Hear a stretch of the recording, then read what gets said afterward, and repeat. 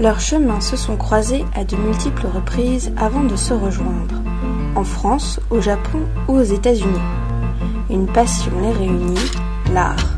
La cuisine les soude. Sa grand-mère faisait le pain, le petit Doug était fasciné. L'un et l'autre passent par les arcanes d'une école de cuisine française.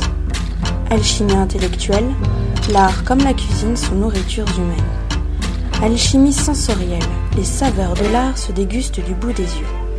Alchimie artistique, les matières et les mythes se cuisinent. Que du bonheur. Où est l'art dans un tableau? Ça appartient à vous.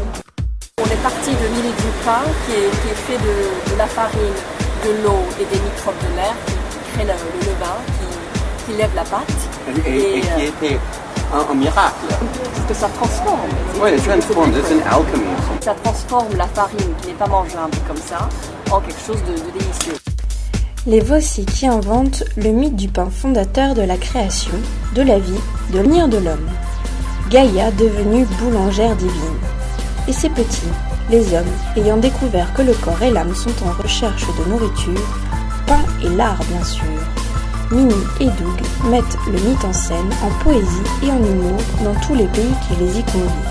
Parce qu'ils défendent une conviction très forte, ils savent être drôles, ludiques et légers.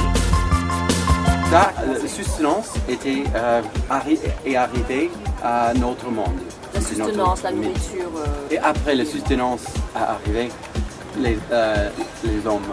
Nous, on avait imaginé une montagne de farine. On avait dit qu'il y avait une montagne et puis il y avait un lac. Et il y a un oiseau qui était arrivé du paradis en apportant quelque chose, une petite valise. Et dans cette petite valise, il y avait la vie. Alors cette vie, c'était effectivement les microbes de l'air. Quand cet oiseau est arrivé, s'est atterri par terre, ses pieds sont transformés en pain. Où est l'art dans un tableau? Ça devient partie de votre vie. Et c'est la même chose avec un repas. Pas que pour manger, c'est pour l'esprit, c'est pour toutes les choses Ça nourrit l'âme, enfin ça nourrit l'âme de l'homme. Leur dernier coup à faire pleurer Gargantua, préparer et cuire une baguette énorme, capable de nourrir tout un village, celui de Saint-Benoît-du-Sault, classé parmi les plus beaux villages de France. Chaque villageois était invité à farcir le pain d'un aliment ou d'un objet de son choix. Création éphémère d'une communauté poétique. C'était le 20 juin dernier.